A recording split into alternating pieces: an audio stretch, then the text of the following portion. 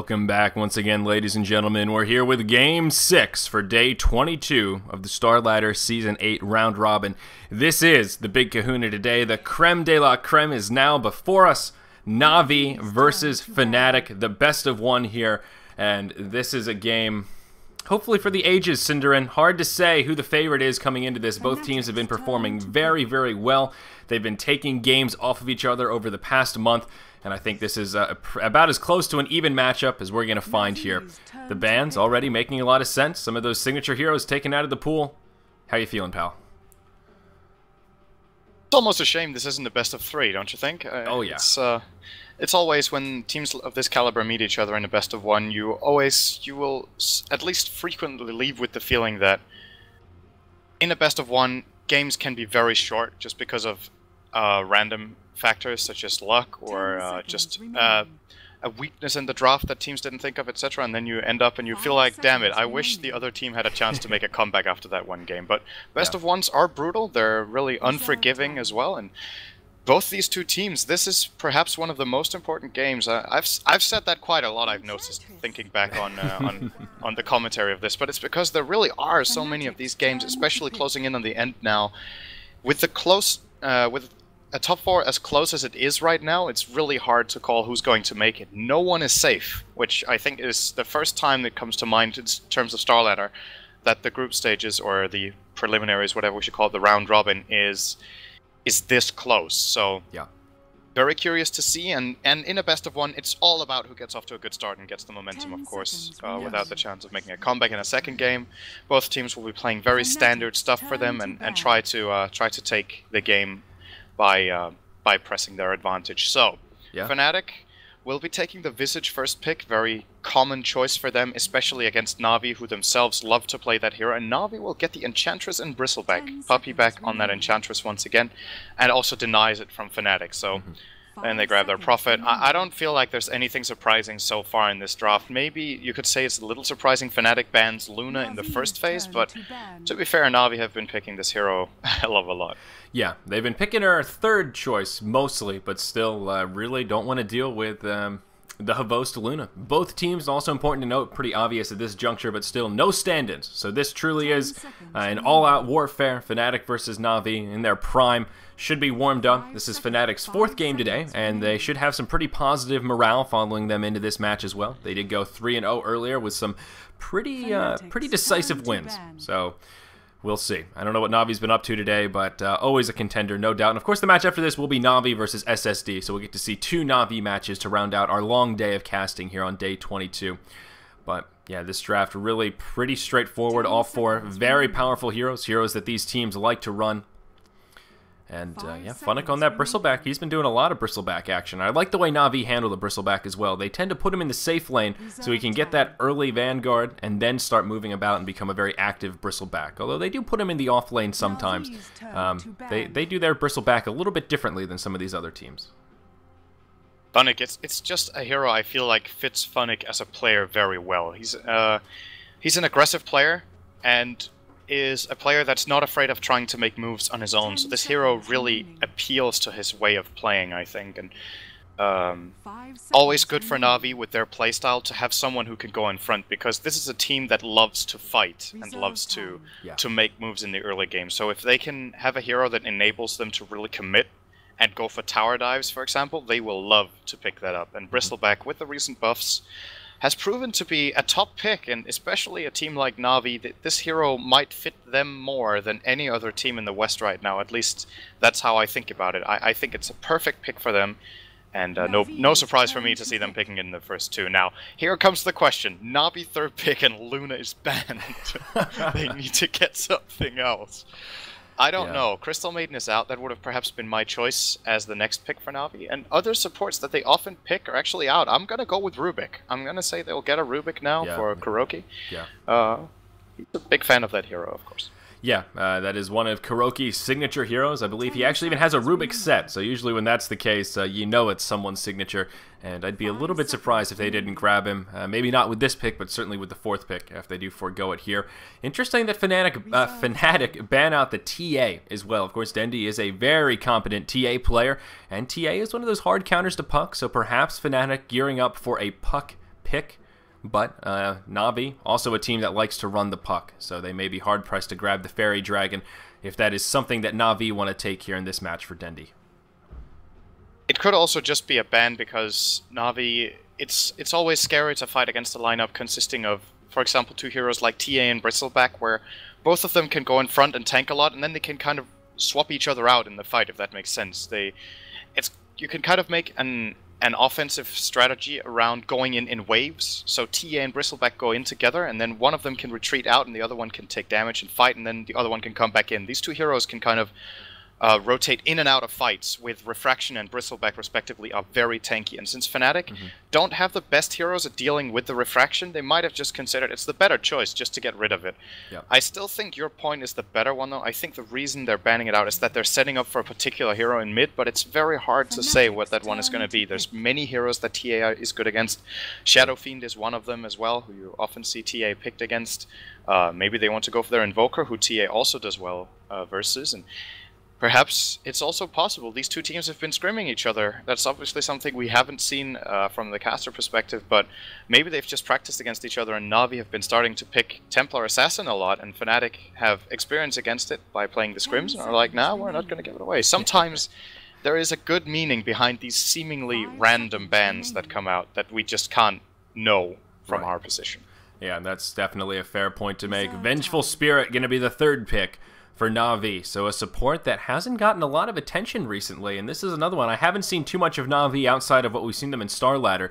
Is this Vengeful Spirit pick something they've been experimenting with, or is this sort of a wild card almost from Na'Vi with that Venge support, especially over the Rubik? I'm not even sure it's a support. That's well, in that case, that's the thing about picking it at this point. They keep their options open. I know Havost is not afraid of playing this one as a carry and can definitely do it as well with the kit of this hero. Is one of the few heroes that actually fits both a support and a carry role. There's very few heroes that can do that, but Bristleback, yeah, okay, Vengeful Spirit is one of them who can perform both functions. And if Na'Vi see an opening in the draft for it, they might choose to put it on the carry position, because in Fnatic's position right now, draft-wise, they can't know yet what the plan is, and that's why it's actually a really smart pick, because the less info you give your opponents during the stage of the draft, the harder it is for them to counterpick. So they can just have to stick to their guns and go for their own strategy, but can't make it flavored enough to go against the enemy strat. Now, let's think back a bit to especially Dota 1, but also the earlier days of Dota 2. Vengeful was generally picked as a counter to Enigma, to swap the black hole. Of course, there's a lot of other abilities that have come into play since then that are just as good, if not better. But Vengeful's swap is instant cast, pretty much, and is very positional independent. You just need to be outside the black hole, and then you can stop the black hole. So Fnatic not picking the Enigma for that, I think. They have plans of pushing here. That's what I have to read into this more than anything. A lot of minions, or summons, whatever the word is. I know minions is a taboo word here in Dota 2, but a lot of summons that they can bring out onto the field. The Familiars, the Treants, and the Eidolons already. So definitely safe to say that some pushing will happen, no doubt. And then we get Drow Ranger with the Aura. Yeah, Drow, and it's going to be Invoker. But Invoker actually does work with this pushing. Of course, those Forged Spirits. So a lot of push power here from Fnatic. And, well, Na'Vi, they do have some creep clearing. A Puck last pick would be great here for that huge amount of AoE damage Puck has to clear out those summons, but I guess Scorched Earth works pretty well. They've got the quills, but I think the quill spray is the most important. Yeah. Over an extended fight, Bristleback is going to kill off all the summons. Yeah. And once that happens, since it's such a big part of Fnatic's strategy, it's 4 of their spells right now only spawn summons. The Treants, the Familiars... Okay, the Familiars aren't just summons. They're kind of super summons, you know. But still, if they have a way of dealing with all these summons out of Fnatic, they are taking away a big part of their potential in the lineup. So I would definitely agree with getting a Wave Clearer as the last pick for Na'Vi, and I'm sure they're aware of it. They need to get someone with AoE damage to take them down. But it doesn't have to be magical damage like Puck. It could also be physical damage of some sort if they're thinking about it. Alchemist is still an option that Dendi has played a few times, but I'm worried for Na'Vi by having... Oh, sorry, yeah, that was banned in the first phase, never mind. I'm worried if they get a triple melee, though. So I still think they will go for a range for the mid for Dendi. Ranger. Windranger is a good call as well. I think that's pretty nice here, although not the easiest lineup once again to land Shackles against. Fnatic is 4 ranged heroes that will generally be spreading out during the fight. But then again, you have a lot of summons to shackle to, so it's probably not that hard to hit a one-person shackle shot at least. Yeah. We'll see. I could also imagine Na'Vi even going down the lines of something like a Storm Spirit, but they're gonna get a Lifestealer. Actually, interesting. This is not what I was expecting. I don't know about this pick here. However, I did say that in sigma.int's game as well, and it was worked out very, very well for them in that one, though. Yeah, but well, I don't know that Na'Vi will be able to find that easy of a first blood here, which helped out that Lifestealer quite a bit, but maybe. I don't know. Who are they putting mid for Dendi is another thing. Is it going to be a mid Doombringer? Because that guy gets crushed by Invoker, I think, if Invoker plays well. Simply just harasses him away. Doom has no armor. Is there any chance of a Vengeful Spirit mid? That would be really weird, but they run double jungle, Doom, and Enchantress. I guess that's true. Yeah, it's hard to... Oh, the Pugna last pick. You know, I thought about this, but after they grabbed the Invoker, I sort of thought, nah, they don't want to run a Pugna here. But Fnatic really committing to this all-in push. Invoker going to be their only true carry, Nature's Prophet as well, but certainly no one that will out-carry that Lifestealer. So Fnatic going to be doing this heavy push. I really like Fnatic's draft here. Yeah, well, I know how much you like Pugna, so I'm not surprised. Yeah, of course, I'm a big fan of Pugna, but also just the way the draft has been developing overall. I think Fnatic's adaptations have actually been very good along the way, and in my book, Navi's heroes don't really deal with the summons that well because of the last pick. I'm not sure Lifestealer was the right choice. We'll see if it proves to be. The thing that Na'Vi have going for them is that they have a couple of pretty good heroes at taking down the Nether Ward. Both Bristleback and Lifestealer can kind of commit and go in and get rid of that ward. And on the other hand, they don't have the highest mana costs, so it's not that important for them to not fight under the ward as it is for other lineups. It's not too bad in that regard. I think if Fnatic get off to an explosive start and start taking towers, I'm afraid Na'Vi's going to lose the map control really quickly here. Yeah. And I think I thought Puffy realized that, so he's like, okay, I'm gonna buy 3 smokes and just smoke early on. He bought 3 and sold 2 just to mess with us, so yeah. They obviously do restock when you sell them back in the cooldown. Yes. Yes, that's... in that 10-second sellback period. So, well, certainly going to be interesting and something different than what we've been watching so far. No big surprises on who's playing what for Na'Vi. Puppy on the Enchantress, Kuroki on the Venge. The support duo, as always, Havost plays Havost. Then we've got Dendi on the Doombringer. And finally, Fnatic in an offlane Bristleback position. Yeah, so it will be Dendi solo mid Doom, and I don't think that I've ever seen this, so this will be a treat for me at the very least, and I'm sure at least a handful of viewers out there as well.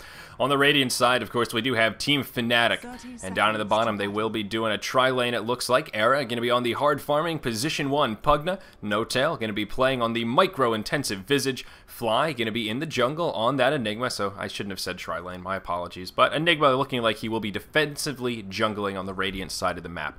Hani going to be solo mid on the Invoker, and of course in the off lane it will be Trixie playing on that Nature's Prophet, and oh my, we've got a fungal Nature's Prophet here. I saw this set, and I thought about buying it, and then I looked at it and recognized it looks absurd. I can't believe he's using it. Mushroom Head Furion here. We talked about sets that are... the reason that the Alpine Ursa got removed, because it was too far from the original hero. This is pretty far. This goes in the theme of Nature's Prophet being like from nature and being one with the mushrooms and whatever we can read into that, but I don't know. I'm not a big fan of this hat. That's it. I think the rest of the set makes a lot more sense, but I don't even know. He's only got 2 items from that set. He's got the hat and I don't know what the other one is. Yeah, he's got the arms as well. I don't know, but cosmetics are just cosmetics. Let's have a look at the game. In mid, we are going to have the matchup I expected. Hani Invoker versus Dendi Doom. I think Hani will get the better of this lane once he reaches level 3. Yeah. Doom in the mid lane is sort of an interesting play here, and I'm kind of curious about how he's going to level up his initial abilities. He did go first point in Devour for a little bit of extra farming, but this is just not a matchup I'm used to seeing, and I sort of agree with you. I think Hani should be able to zone him out once he gets those Forged Spirits. Looks like he is going to do that pretty standard Hani opener here, the point in Exort as well as the point in Quas. And yeah, I think that Forged Spirit is going to be the make it or break it, especially since Doom has no armor early on. That little bit of armor that will get melted off will just make Hani hit so hard here. It's funny that you can melt off the armor that he doesn't have. It sounded funny, but it works. It works. Yeah. Well, that's how it works. That's very true. Yeah. Let's try to think about how this game is going to revolve what it's going to revolve around early on. I think Puppey is going to be the most impactful hero on the entire map. He has a lot of work to do, and a very good roaming combo with Vengeful Spirit. These two are very strong together early on. Venge with an easy-to-land single-target stun that deals significant damage as well. Gives an easy setup for the Centaur, for example, follow-up, or whatever he desires, but I think it's going to be mid they have to focus on. The problem is Hani is doing a great job at keeping the lane in a good position, and now Puppey's even going to... Never mind, he's not getting spotted, that's his own ward. But Trixie being very cautious up here and will not be caught off, I believe.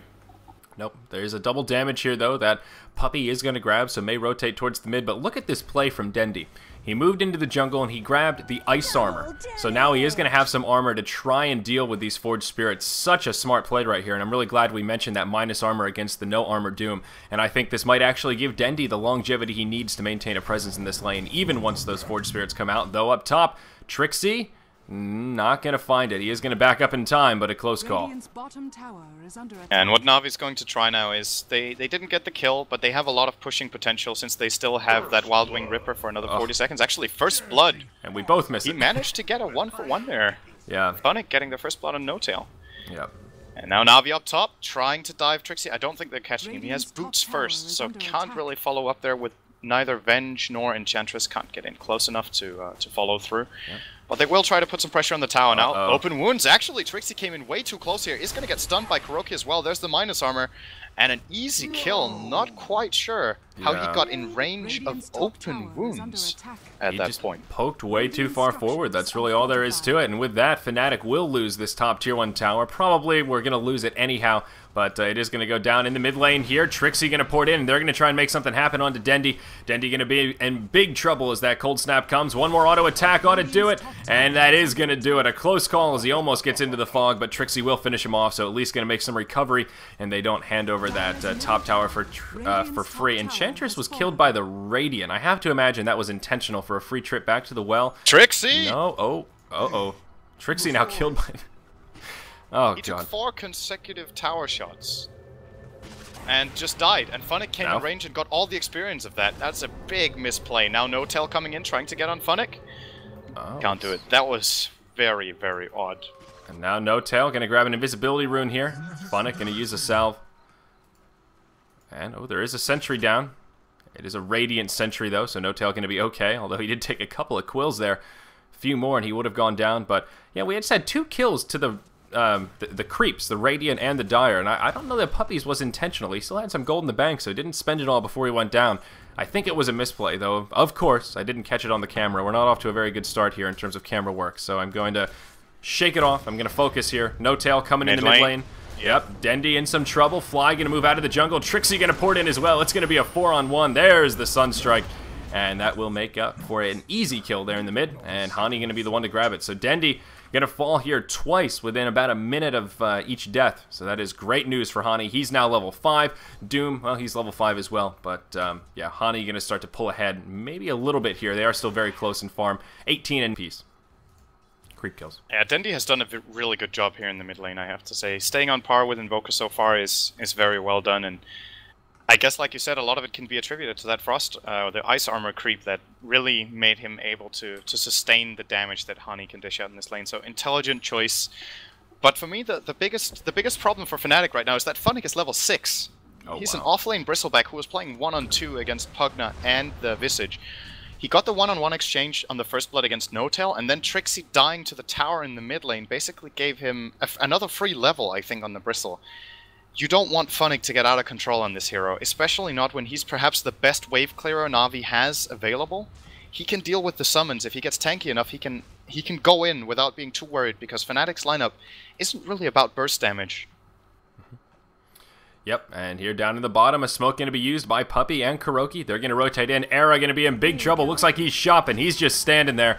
And that Pugna, well, he's going to be able to head back to the shop now, that's for sure. Meanwhile, in the mid lane, Doom does get picked off once again. Simultaneous kills happening all over the map. But Trixie did grab that one. He did use the ultimate to finish him off. And they will make it a 1-for-1 across the map. But they are really putting a lot of pressure onto Dendi here. He's taken 3 spills already. So, of those 5 kills, Fnatic have been able to find at least 3 of them on that very high-value mid-target. But Hvost did grab an early Midas here, right around that 6-minute mark here. And, yeah, this Lifestealer off to the races. Number 1 on the net worth chart by a big margin, 1k ahead of Hani, who is the leading farmer of Fnatic. And that's an important thing to get going for Na'Vi here. They're behind in experience, but ahead on gold, mainly because of the tower kill, of course. But if Hvost gets a good start on Lifestealer, he has a tendency to deliver really good results in the mid game, and it's important that that happens, because once again, I feel like Fnatic's draft, when we reach an early mid game position, they can just get completely out of control in their pushing power. But Na'Vi so far has contained them. They're not getting anything out of their Pugna just yet. The bottom tower for Na'Vi still fully healthy. It hasn't even lost health just yet, which is very impressive to me. That Fnatic hasn't started using that level 4 Nether Blast on that just yet, but yeah. And this is good for Na'Vi. Yeah, Arcane Boots already out for the Pugna, though it's really not going to get too scary until maybe another 5 minutes or so. Right around that 10-12 minute mark is when Fnatic, I think, will start to hit that stride in terms of knocking down these towers and grouping up. Right now, just trying to get those core items that they need. Down in the bottom, a gank going to come Funnic's way. Trixie going to port into the trees here. Decrepify going to be used, and look at the timing on that Decrep. He still got hit by the Wrath of the Nature after it took a whole bunch of bounces. And that does make for an easy kill. Great coordination from Fnatic there to pull that off as elegantly as they did.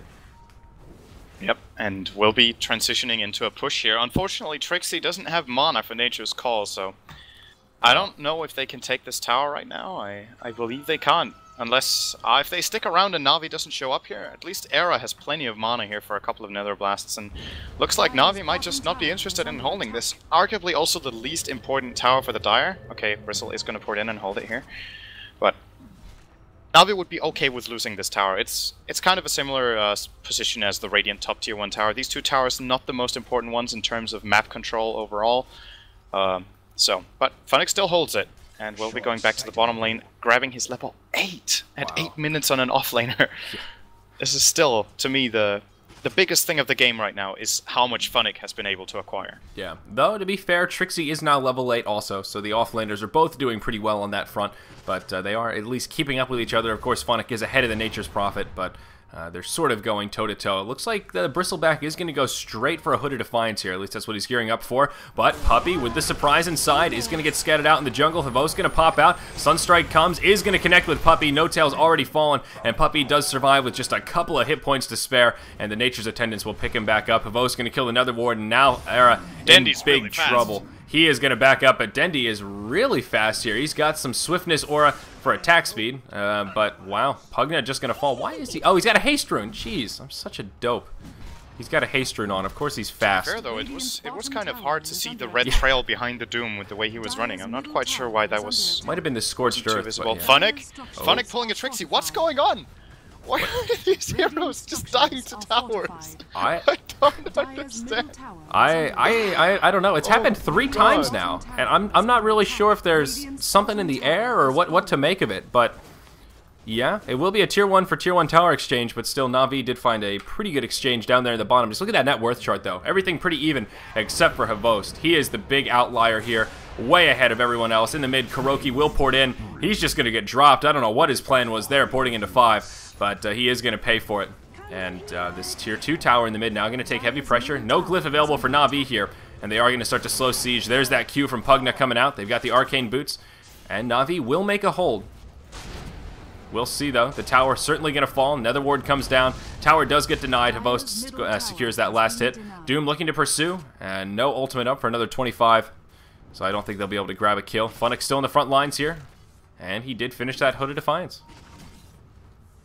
He's going to be nasty to bring down once he gets an HP pool up and running. He still only has his base strength. Once he gets treads and maybe a vitality booster for a Vanguard, Fnatic are going to be hard-pressed to bring him down once here.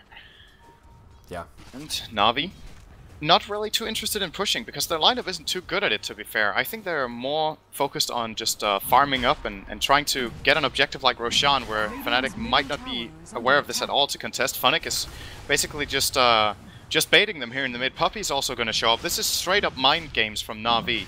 The problem is Fnatic did have a ward covering this area, so they do see Na'Vi going into the pit, and this is not going to work. Yeah, I think Fnatic are wise to it. If I'm not mistaken, I did see some of those radiant colored pings coming out onto the Roche pit, so they will sort of push forward, and that will pull Na'Vi out of the pit. A smart play from Na'Vi, a noble effort, but yeah, not going to be successful. Up top, wow, Havost going to get another tower deny, as Nature's Prophet does port up there to finish off the tower. The tower still falls, but that's back-to-back tower denies for Na'Vi, so at least mitigating some of the cost-effectiveness of this Fnatic lineup. Though, Fnatic going to keep the pressure on. They will smoke up here in the mid lane. They do have a Forged Spirit with them as well. And looks like, based on what we see on the minimap, they're going to go for the wraparound here. Fnatic going to poke up to the high ground. He'll get decrepified, and oh no, Fnatic going to be in big trouble here. But a swap from KuroKy will keep him alive, and that's going to be the end of this exchange for now. Though Na'Vi may want to be the aggressors. They did put down a sentry, so a very aggressive ward placement there for Fnatic, and give them some good intel of this entryway into the dire jungle. Yeah. Dendi will be trying to get a haste rune. He might pay for this really hard, though. What he gets denied by Trixie. Very well played here by Fnatic, grabbing that kill. Dendi. They were 5-man there. Yeah. I think Dendi is feeling outnumbered this game. He's 0-4-1, but to be fair, he's been ganked really hard. Yeah. It's not just one guy, it's 4 or 5-man ganks. I guess he's not having the best game of his life. Yeah, but you're exactly right. To be fair, Fnatic have been putting a lot of pressure on him. Now, of course, the Forged Spirits don't minus armor on Roshan. I think I sort of made light of that earlier, and of course, Twitch chat had a field day. They do not minus armor on Roshan, so I'm sorry for misleading you guys earlier. We'll see it demonstrated for us here. Not going to be the case, as Fnatic do move into the Roche pit. They will finish it off. Invoker going to grab it, so not going to be sniped. And now Fnatic actually going to be in kind of an odd position. He needs to be a little careful. The Sunstrike, whoa, what a swap from KuroKy. That'll keep Fnatic alive, but now KuroKy going to pay for it, it seems. He will get stuck into Sprout. And Pugna going to finish him off with another blast. So he does play Sacrificial Lamb, but keeps his friend alive. Now, Nature's Prophet going to port forward. Trixie, very aggressive here. Will use the Sprout onto Fnatic. Familiars nearby. They're ready to stun. They really want this Bristleback. And they're going to get it. The Quill's not going to do enough damage. And there's the Doom. Going to come out on the Enigma. Not a bad target. Flying big trouble. Looking for a deny, perhaps. Won't find it. Puppy going to finish him off. Now Dendi in some more trouble. He does get decrepified. The follow-up damage not quite there. Era in the front lines. The Sunstrike. Not going to connect, and it will cost him a Pugna. Fnatic maybe overcommitting a little bit here. No Tail going to fall as well. Double kill coming out for Puppy on the Enchantress. And it looks like that's where the fight is going to settle down. So Fnatic not going to burn the Aegis, of course, or the Aegis, pardon me. It is, of course, on the Invoker. But I guess that's really just an overcommitment. Not really any other way to label it. That was a very nice turnaround from Na'Vi as well. Dendi manning up. He was like, okay, so this game I'm playing 1-on-4, so be it. I'm going to run into 4 heroes and cast Doom and Enigma. I don't care. I know what I'm up against. And got the Doom off. Puppy gets the kill from the side. Did not get the deny on Enigma Fnatic. And then Na'Vi just playing really wisely there because they know they're this close to their base that the reinforcements can come back in. And like you said, Fnatic overextending a little bit, overstaying their welcome there, and Na'Vi, even though they were outnumbered for a big part of the fight, they won by just rotating the right heroes back in and out of the fight. And a very intelligent play from them there. I was about to say, though, that Fnatic were getting a solid grip on this game, because this is what, for Na'Vi, you would be worried about with this kind of draft, that if Fnatic gets some momentum going, get the Roshan and get towers, then Na'Vi have a really hard time fighting this amount of summons and push power, but they're still holding on, and Havost is getting absolutely enormous in this game. Yep, He's went so far ahead of everyone else. Phase boots into drums. Of course, he did pick up that Handamitis first, but now has an armlet and another 1,200 in the bank, so you're absolutely right. That net worth chart does not lie, and he is got a nice lead for himself. Dendi trying to make some recovery here. Did grab himself a Vanguard to get a little bit of additional survivability. He is going to smoke up alongside his Enchantress, Sproinking into the Radiant Jungle, and they're going to bump right into Flying No Tail. That will reveal their gank down in the bottom. It looks like they're trying to fight onto the Nature's Prophet. The Doom ulti is used on No Tail, and he's going to be in big trouble here. Nature's Prophet did actually fall down bottom. Vengeful Spirit did finish him off. Meanwhile, back in this fight, now Fly in trouble. Oh no, Fnatic going to concede 3 untimely deaths here. And not much else they can do about it. Na'Vi with great positioning, a smart smoke from Doom, as well as the Enchantress. And are they going to be able to find Hani here as well? He is going to get off the Ghost Walk. And I don't think they have any detection. I don't see it in their inventories. No, they do have a sentry down, but they won't burn it. Venge not in the best position. And they're going to get the Familiars. Whew, a multifaceted victory there for Na'Vi. Massive pickup here. They got so much out of that. And, yep. now we're getting to that stage where it's Navi's strength is really starting to kick in. Fnatic, they haven't managed to take the amount of pressure or take the amount of momentum on the map that they would have liked to. I think they were hitting a good run with the Roshan and the 3 kills, but that one overextension has really put Na'Vi back into the game, and they're looking very strong now. Of course, with the mechanism on the Enchantress is helping them a lot now in the fights. Doombringer going for an early Vlad, I'm sure you're going to be very happy about that. Yes. And it's a nice choice as well, especially when you have 3 melee heroes that can all use that lifesteal aura. And of course, the way this game is going, these team fights and the amount of summons, the armor aura is going to be huge and make a big difference against Fnatic's really a lineup that, it's not to say they don't have magic damage, but a big part of their lineup is based around auto-attacking with summons, with heroes, with, yeah, well, more summons.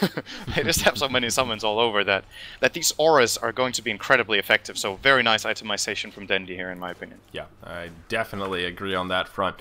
And the mech from Puppey is pretty well timed also. Fly did have his a little bit earlier, but in that last fight he was doomed, so they didn't even really get to use it. Not the last fight, the overextension in the mid lane near that dire tier 2. But yeah, items looking pretty straightforward. Hani is working towards an Orchid, and actually does he have it right now? He does. So Orchid going to be in the inventory of the Invoker. Always a big item pickup and may help them out a little bit here. One of the familiars going to fall. Puppey going to get a free little gold pick-me-up there.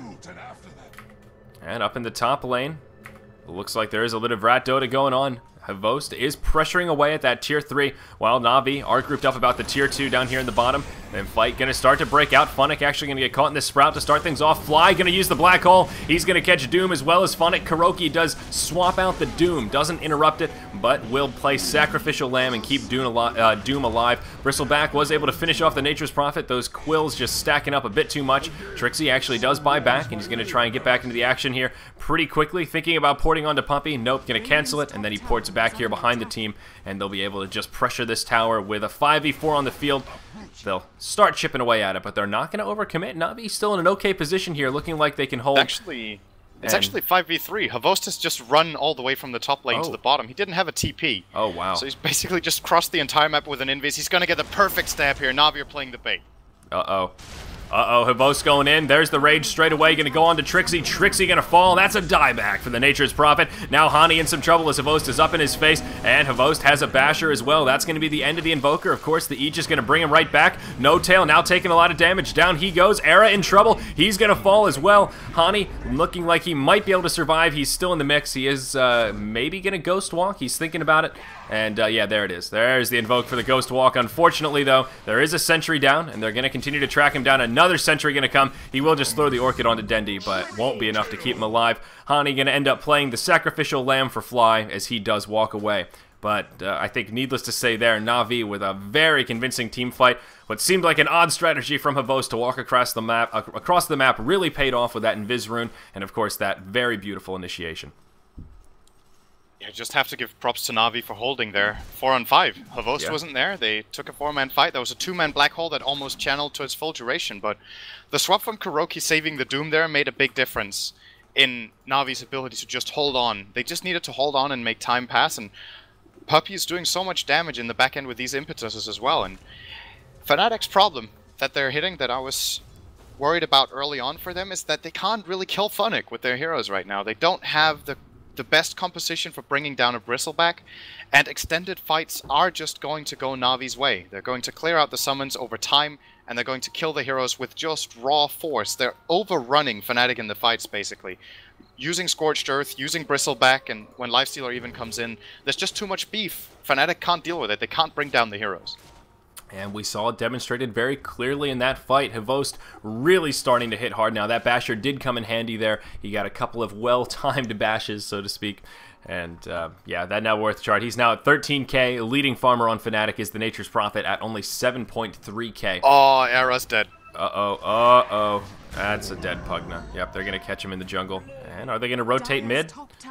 Perhaps. They're thinking about it and may converge. Nature's Prophet is up top right now. Eidolon's going to move out. They'll try and scout it out. They'll get a little bit of intel as they do catch Kuroki. Not sure if they saw Puppey or Dendi, though. And Na'Vi looking for the wraparound. They won't find the engage, but they are just going to be able to take out this tier 1 tower in the mid. And I think Fnatic are going to be forced to let it fall and, well, use it as an opportunity to pressure this tier 2 in the top. Trixie trying to take it down as quickly as he can. I'm not sure he's going to have the time, though. I think Na'Vi going to be able to finish off this tower and will port back, or have the option to port back if they want to defend it. Still a lot of health on this tower, and yeah, they're going to do just that. Glyph was used, Doom is back, and this tower will hold. Yep, Trixie's going to port out with the Sprout here, and so is Hani. I think this one is really going so heavily in Navi's favor now that Fnatic's point of impact has kind of passed now. They had a good opportunity 5 to 10 minutes ago, but Navi just successfully managed to take some very interesting fights. I'm not sure what words to put on it because I'm still a little bit confused about exactly how things went down, especially seeing how absent Havost was in the beginning of some of them. Navi just played around and made some really good movement in the fights and just avoided getting killed based on the natural sustainability of both Doom and Bristleback. Fnatic just couldn't take them down, and when Fnatic don't get the kills, they don't get the towers, and that's the problem. Because they've taken 4 towers, which is okay, but they haven't taken map control with it. It's Na'Vi that have the aggressive wards out. They have 2 wards in the enemy jungle here, and Fnatic just can't go anywhere without being at risk here. Fnatic, however, are going to get a pick off on Kuroki and might try to expand it here by getting Puppey. Oh, almost on the Sprout, but good time to have a haste rune. Yeah. Definitely. So, 5-man smoke, they do get a kill onto Kuroki, not bad, but of course, Vengeful Spirit, not one of those really high-value targets. They really need a kill on Havost. Havost is the only one with a perfect record right now, 3-0-4. He has had so much room. We've gone back to the net worth many a time, actually doubling everyone else for the most part, even the leading farmers on his own team.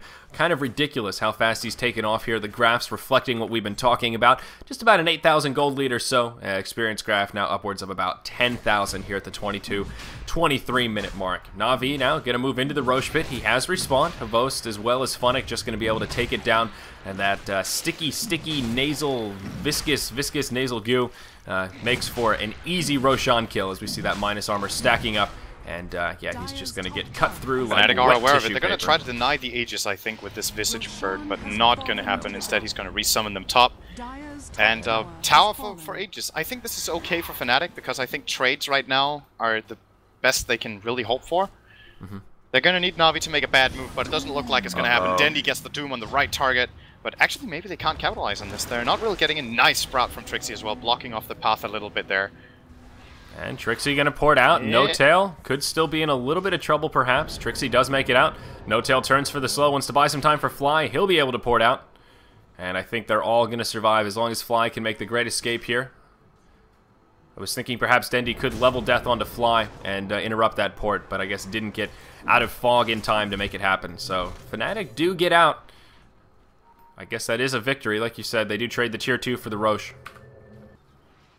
Yeah, very well done by them. They're not getting caught, because that would have cost them a lot. The thing they got out of this was they didn't only get the tier 2 tower, but they got aggressive wards in Navi's jungle. At least they got one ward inside the jungle, and they have one across the river. So they're starting to get a little bit of control here. That is, that's helping them get some sort of safety zone where they can feel like they can farm. And when you have a hero like Prophet, the most important thing is that you have vision, so you feel confident in going to split push. Since Na'Vi don't really have anything against the split pushing Prophet, he could become Fnatic get out of trouble free card here. There's no Shadow Blade on Doom. There's no really solid Doom ganker here apart from maybe the Vengeful Spirit swap. But as long as he's under this ward that Fnatic has in that jungle, there's absolutely no way they're going to get caught off here. And that's why Trixie is feeling confident at bottom right now. Yeah, and he did grab a Hand of Midas as well, so Trixie just trying to capitalize on that farm and maybe get a little bit scary. Looks like he may be working on an Orchid of his own. They will finish off this tier 2 tower up here in the top lane. And, well, that gives them the tower edge once again here. All of the outer towers now down for Na'Vi. So if they take a bad team fight, Fnatic will be pressing forward straight into the tier 3s. But that's also where things start to get difficult. The outer towers are pretty easy compared to breaking the base.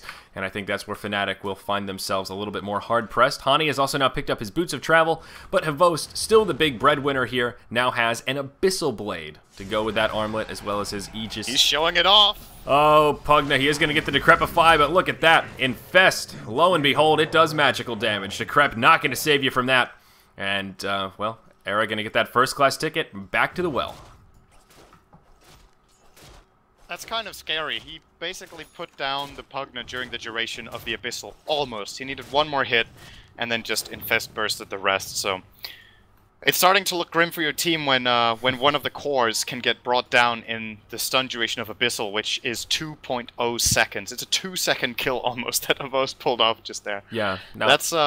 That's worrying. I want to ask you about this Pugna build, because it appears that he might be going for a Scotty. He's got an ultimate orb as well as the point booster.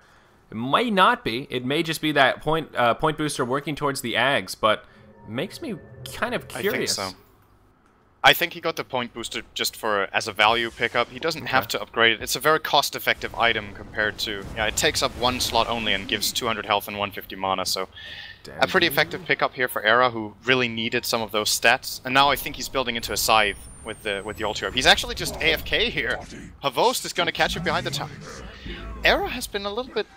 It was the same thing that happened at bottom when he got ganked, just seemingly not paying attention. Havost ran into him behind the tower from in front. He was in the creep wave. Yeah. He just ran in. Invasion all the time. Not quite sure what's going on with Era here. That seems very unusual for him. Yeah. I don't know. Focus like that. Maybe just twice that he was looking at the shop or touching something else, maybe looking at the courier. I don't know, but definitely weird. It will cost them a tower. They did grab that kill on Doom, though. I was looking at that and then caught the tail end of the Havost solo kill there. And actually, Dendi almost got away. If that Sunstrike had been off the mark, I think it would have ensured his survival, but they did chase him down, and Hani did best him with that Sunstrike. So, still a 1-for-1 across the map, but... doesn't deal with this issue of the Lifestealer now. Not only leading the farm, but he is level 25 levels ahead of Hani, who is the second highest at level 15. Absurd. That is really insane. That is a huge experience. That's completely absurd, actually. And 5k gold in the bank, if you hadn't noticed that. Jeez. Yeah. Whew. So, and Era gonna grab a Force Staff here. Getting Force Staffed in. Very nicely played by Fnatic here. Gonna get him once, maybe get him twice. They have a Sprout available. Yep. So, and coming back up.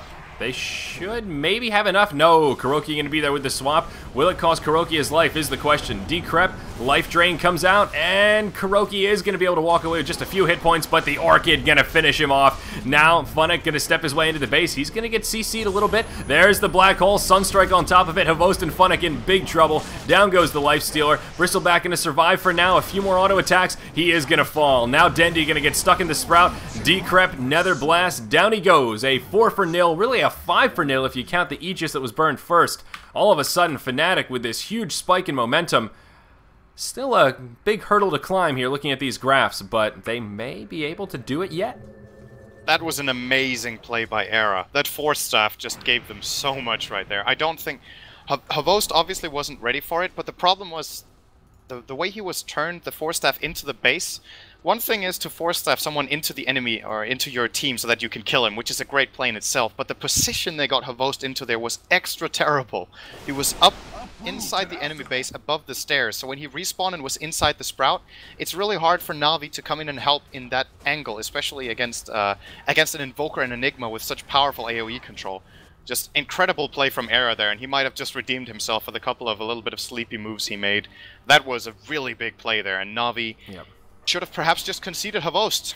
And like, okay, mistakes happen, he got Force Staffed into the base, he does die twice, that's terrible, but instead of dying 4, they could have died 1. They thought they could take the fight. Yeah. They were really wrong. Yeah, a decent Black Hole coming out as well to make the second kill on the Lifestealer happen, as well as the Bristleback. So, as we've talked about many a time, sometimes the threat of the Black Hole is scarier than the Black Hole itself, but that was a scenario where Fly was ready and waiting, and he did make it happen. And now he's actually got 5k gold in the bank as well. Sort of curious what Fly is going to invest in next. I have to imagine BKB is going to be an item choice he's thinking about here. Maybe he wants to grab the Blink, but I'm not really sure what he's pulling up so much for. I think at this point he could just right-click that BKB if he really wanted it. Yeah. Not sure either. They're interesting. Well, that's a lot of gold to have seen. Alright, he's deciding on an Ultimate Orb so far, so I think Fnatic's approach to this is, okay, since they have so many tanky heroes, we're gonna need Lockdown. Just to buy time, here we go. Oh, yeah, Trix is gonna get caught in no man's land here. Yeah. And Hani, he's gonna be able to BOT's ready. Finish off the Venge. Oh, not for 40 seconds. He does have the Force Staff, though. He will be able to scoot out. Nice footwork from Hani there. A 1-for-1. Okay, that could have certainly gone worse for Fnatic, although they did get the worst trade there. Still, Hani surviving there is really crucial. So, To finish off my trail of thought, I think they're getting a couple of hexes, and there are two reasons for it. First of all, they acknowledge that Na'Vi have so tanky heroes that bursting them down is probably unlikely, so they need to control them for longer, so that they can lock down the key target. And secondly, it's a great counter to Bristleback. While you're hexed, the Bristleback ability does not work, and then suddenly you're not as tanky anymore, Dendy. Bottom lane gonna get Cold Snap and Orchid. It takes lots of damage here. Damn, is he tanky though. Oh yeah, wow, that Orchid gonna tick for 330, not gonna be enough to finish him off. Sunstrike gonna be off the mark. Hani guessing he's gonna go down, but no, now No Tail gonna bump into him, and Hani will throw the Doom as sort of a one last ditch effort. But gonna be a bit of a wasted cooldown there. Of course, No Tail should be able to survive this, I think, without too much trouble. And he'll walk away, so another free kill on Dendy. Poor guy, he's taking a lot of spills. And now 2, 7, and 10 on the Doom. So they're continuing to make his life difficult. Fnatic has really been focusing Dendy here, and I think it's a good choice when it's a solo mid-Doom. He is fragile in his own right in that position, and Fnatic has really been exploiting it by getting some good ganks, and now in the mid-game they're also still focusing him down. Since Dendy doesn't have any sort of escape mechanism on the Doom that he generally has on the heroes he favors to play, he doesn't have a Shadow Blade, he doesn't have a Blink Dagger, so can't really get out when there's gank attempts coming in, and Fnatic are just making the most of that, getting some really important pickups here, and I think Na'Vi might have just might have thrown quite a bit away here with that, but then again, they didn't really throw it away. It was just a really good play from Era here. I can't really fault Hervost for that, because who would have seen that exact move coming? Yeah. But now they need to be a little careful, is what I'm trying to say. Na'Vi were in a position where they could almost break the base. Now they need to take a little bit of a different approach, I think. Yeah, and their itemization still continuing to scare. Heart of Tarask just right-clicked for Hervost. He's got another 2k in the bank, and of course that level lead he still has. Level 21, only 3 up on the Invoker now, better than the 5 it was just some time ago. And Hani doing pretty well for himself also. He's got another just about 3k in the bank. Boots of Travel, Force Staff, and Orchid right now. Sort of curious what he's going to grab, and I should have been curious because this one will be a Scotty. I know how silly of me to suggest Pugna getting one, but this one I feel a little more confident in, given that it is Hani and Invoker. Yeah, it could be that he's getting a Scotty. I think getting one Scotty for Fnatic is really good. When you're playing against a Tricore that's melee, the Scotty slow is really good, but obviously you'll probably only want one of them on your team, and Hani might be the one picking it up. Though I could see him going a little bit more standard and getting a Scythe here. As said, I think it might be the item they need to resort to. What you often see with teams that don't have real late gamers, because if you look at Fnatic, they don't really have any stereotypical late gamer. They don't have a carry. They have an Invoker and a Prophet who can kind of carry, or semi-carry-ish, you know? Yeah. And Pugna the same. The way these heroes compensate for their lack of physical damage is, okay, so since we don't hit that hard, we're going to disable longer. And then effectively we're going to be able to do the same amount of damage just over a longer time. And Hex works great on all of our heroes. So in that way they can compensate for their lack of late game and just get Scythes, and then of course eventually we'll have to get something like maybe an MKB on that Invoker or even a Daedalus later on. But for now, Scythes are going to do the trick. They have a Scythe on Enigma, they're getting a Scythe on Pugna, they are probably getting a Scythe next on Prophet who also has an Orchid, and if Hani even gets one. I don't know about Na'Vi here, because it's actually very hard to play a triple melee lineup that has to go in against this heavy amount of disables that Fnatic has in their arsenal. Yeah. That is true, and we have seen Fnatic do some interesting strategies that involve getting sheep sticks on heroes that don't normally grab a sheep stick. The one match in particular where I guess Hani on a Shadow Fiend grabbed a sheep stick as his second core item, and that was actually what allowed them to win the game. So we'll hold that thought though, as it looks like a skirmish could break out here in the mid. Hani gonna poke his head up the hill, and oh no, he's gonna get doomed straight away. That's a dead Invoker to start things off. Fly gonna use the Enigma ulti, but it is gonna be enough. This kill onto Hervost, it will. Does get interrupted very early, but still secures the kill nonetheless. Gonna be a 2-for-1 to start things off. Visage did fall, and Fly might not be out of the clear quite yet. Is gonna move around the trees to try and get a little bit of fog action. Will make it back to the high ground. Oh, and nice sprout. Yeah, coming out from Trixie. So a 2-for-1, but at least they get the kill on Hervost. The death on Hani, though, very unfortunate. He poked his head up the hill and was just instantly blown up and doomed. Considering the initiation they got there, Fnatic, I think they can be happy with the outcome. That could have gone way worse. Invoker is such an important hero for them right now, and he didn't get a single ability off, and still, they got a 2-for-1 only. Yep. So, not too bad, and with Hervost dead, I'm not sure Na'Vi can get Rex fast enough. Nice swap here, though, from Kuroki. He is up to level 13, so level 2 swap is helping out a lot. Impetus just mauling Fly here, almost taking him out, and in comes the rebuy. Yep, No Tail gonna come in. They're gonna get a decent stun off. Trixie gonna be up in the mix as well. Kuroki taking a couple of right clicks. But which way is this fight gonna go? Na'Vi maybe overcommitting, but Visage will be the first to fall. Pugna gonna be able to finish off the Enchantress. And now Na'Vi gonna be forced to retreat.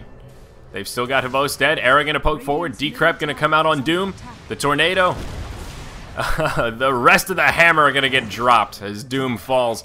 And Fnatic will hold. They actually keep their tier 3 alive. A Siege Creep still chipping away at it. Kuroki trying to pour it out. Trixie gonna pop on top of him. Does use that Orchid, and they'll be able to finish him off. They also get the Gem. So a huge fight for Fnatic here, 24-25. Not only do they hold, but they take a very convincing team fight, which will now translate into an easy Roshan. Maybe not so easy after all. There is a rebuy from Puppey. I think Na'Vi realized that this is too important to just let go. I don't know whether they can fight this 3-on-4 though. They are going to try it. In comes Funny. Yep, a lot of damage coming out the way of Fnatic. They're going to force staff to the high ground. It's going to sacrifice their Pugna, and he is going to fall. Now what are they going to do? I think they're going to be forced to retreat. This Roche not going to be as easy as I had thought. Down comes the Sunstrike, going to be off the mark. Puppey taking a bit of damage here, but will use the mech, and now they're going to turn this around once again. Fly in big trouble. He's going to get left behind. Does have a Ghost Scepter. That'll buy him a couple of seconds, I guess, deciding he was dead. Will try and commit to it to let his buddies get out safe. The Sacrificial Lamb to the fullest extent of the definition. Hani ports out, as does Trixie, and Visage, well, he's just fine. So, the flip side, though, yeah, Na'Vi going to get Roche. He's doing a very good job at getting in on the Pugna. It's a very smart play from Havos because, of course, the way their lineup works, they need to go on the guy who can save the others. Decrepify is the biggest counter that Fnatic has to Na'Vi apart from Scythe of Vice. So whoever Havos goes on, if it's not the Pugna, that guy can get Decrepified. They can buy time for the Rage to expire and then turn around. But Havos always, Tunnel Vision's Era, if he gets the chance, Abyssal and bring him down. No one is there to save him, apart from maybe the Force Staff from Hani or Trixie, but I don't think they had them ready or had a good angle there. They actually forced themselves out, I believe, now. Dendy's going to get caught off again here. He's really the guy that Fnatic seem to be most keen on killing off here, and now I don't think Na'Vi can breach high ground once again, but maybe they'll try. They do have the Aegis. Yeah, exactly, and the Aegis not on who you might think. It is Bristleback who's holding it. Havos actually did grab a Force Staff as his next item. Actually, wow. Smart choice. Puppey, the Aegis, sorry. The Aegis is on Puppey, the cheese is I'm sorry. Bristleback here. So. You are exactly right, my mistake. Yeah. So yeah, the Aegis on Enchantress here, I think is a nice choice. I feel like Puppey is doing the second most damage in these fights. Havos doing the most, and then Puppey second. He's transforming into a really heavy semi-carry here with that Aghanim Scepter. Yep. So we'll see how this goes. Fly does have the Black Hole available. Again, he does have a Sheep Stick. That was completed. We can glance at the inventories here. Now a Desolator in the inventory of Trixie. So he didn't go that Sheep Stick route we were talking about, but just getting a little bit of that right-click damage that Fnatic desperately need right now. He is doing a bit of Rat Dota as he is pressuring this bottom tier 3 for Na'Vi. And this is going to be one of those scenarios where the best defense will be a good offense, and that will pull back the forces of Na'Vi, and will probably force Trixie back as well. I reckon he'll pour it out before too long here so he doesn't get caught. And yep, let me check the inventories of Na'Vi's heroes. I think they just got away with murder there. The 4 heroes Na'Vi had in mid that started running back, neither of them had a TP scroll, but Trixie didn't know, so he was intimidated and went back, and they were in the fog so they couldn't check. Trixie could have maybe got the tower there, if not even starting to hit on the range tracks, because Na'Vi couldn't come back to the base. Dendy was the only one with a TP, and he was dead from the gank, I believe. Wow, so not a single BOT or TP. You're exactly right about that. That was really close for Na'Vi to go wrong, and that would have almost been... Yeah, that's the worst kind of mistake you can make at this point. Of course you want to have your inventories filled up with useful items, and since Na'Vi have both Aegis, Cheese, and Gem to carry around, they need the slots. I think Kuroki needs to sell a Bracer and get a TP right now. Uh-oh, Havost in some trouble. They're going to burn the Black Hole for a solo Havost here. He's the one without the Aegis, don't forget, and he is going to go down. Plenty of gold for buyback, though. Does have about 3,500 in the bank. Though, they still secure the kill. Now Puppey, he's going to get sprouted. Does have the Centaur up in the front lines. Will open with a stun. Now Funnick running in. Trixie just going to pour it out. Era going to decrepify himself. Will force after the high ground, but whoa, that impetus hitting for just about 400. He will still port to freedom, but wow, that was one hard-hitting Enchantress spear right there. And meanwhile, top. Rat Dota at its finest. Dendy, the only guy with a TP has to come back. maybe they're wise to it now. Dendi should be able to hold off the efforts of Trixie, and they'll continue to duel up there in the top. We do have a 4 versus 4 in the mid lane here. The tier 3 has gone down, and there is no glyph available for Fnatic, so they need to be a little bit careful here. They don't have Black Hole either, so this is going to be a little bit hard to defend. Another blast comes out, but essentially they're just going to sacrifice the barracks here. They don't want to overcommit and take a bad team fight, and I think this is the right call just to watch it die, as there's not much else they can do. Trixie going to come back in here. Oh, the Sprout going to be off the mark. Perhaps they could have set up a kill on Fnatic, but not going to be possible, and Na'Vi just going to walk away with a free set of mid lane barracks. Yeah, Fnatic needs to be very careful now, and I don't think this game is going to be decided by the first lane of barracks, especially not when they have this kind of a push power that they do with the Nature's Prophet global presence. So, a big win for Na'Vi, of course. They did lose the Lifestealer, but get the barracks, and as long as they can buy time now to get another rebuy up on Havost, then they're going to be just fine. He has Boots of Travel now. Almost tempted to say thank God for Na'Vi that they're starting to get some TPs, because that was looking really scary for them the last time around. Not going to make the same mistake again. But still, it is actually only Havost with a TP right now. Dendi will finally get one ferried out together with his BKB. And still surprised to see KuroKy running around with double Bracer and not just selling one of them to get some sort of... a Town Portal Scroll. I'm a little bit surprised that Na'Vi are feeling this confident not to get backdoored or lose barracks on bad map positioning. But, well, right now they're close to their base, so not really any danger just now on that front. Fnatic did smoke up here in the top lane, but not much going to come of it. Pugna did now finish the Ag Scepter, still sitting on that casual ultimate orb. Probably going to turn that one into a sheep stick, but it appears we were, or at least I was right about my initial assertion of Invoker's Scotty here. He does have the double ultimate orb. Now going to grab the point booster. Oh, and speak of the devil, there it is. So not going to be the sheep stick, and I was actually starting to side with you. I thought the a trio of sheep sticks would actually be a good way to go, but they are going to try to transition into a little bit more of a carry-oriented build, because there is now a Crystallis out on the Nature's Prophet, and of course that Scotty that we just talked about. So they have a little bit of scarier right click. The question is, will it be enough to deal with that Lifestealer? I think the only way they're killing Havost right now is if they get him in a black hole. I think Na'Vi are too tanky on all of their heroes, and of course the Nether swap from KuroKy can always get Havost out of trouble. So I think they're gonna just put Havost in the front. He's got 4,000 health. Yeah.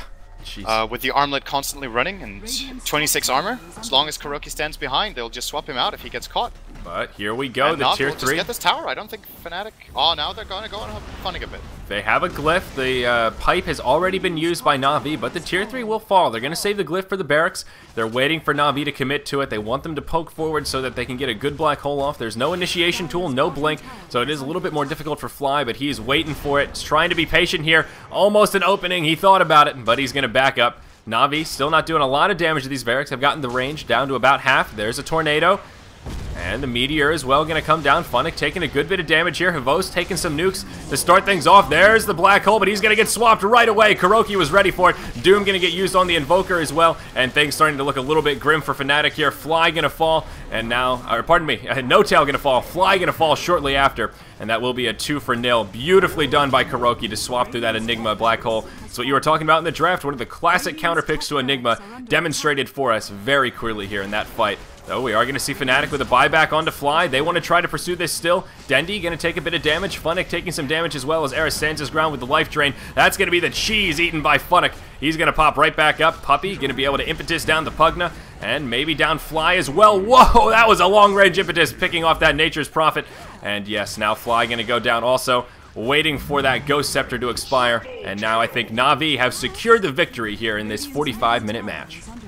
Yeah, GG is indeed going to get called. Well played here by Na'Vi as well as Fnatic. I think this was a very good game from both sides, but Na'Vi getting the better of it. Fnatic didn't really hit their timing window, then all of a sudden they actually got 1 or 2 good fights, but at the end it wasn't enough. Havost as well as Fnatic, incredibly tanky, and even Dendi towards the end on that Doombringer as well.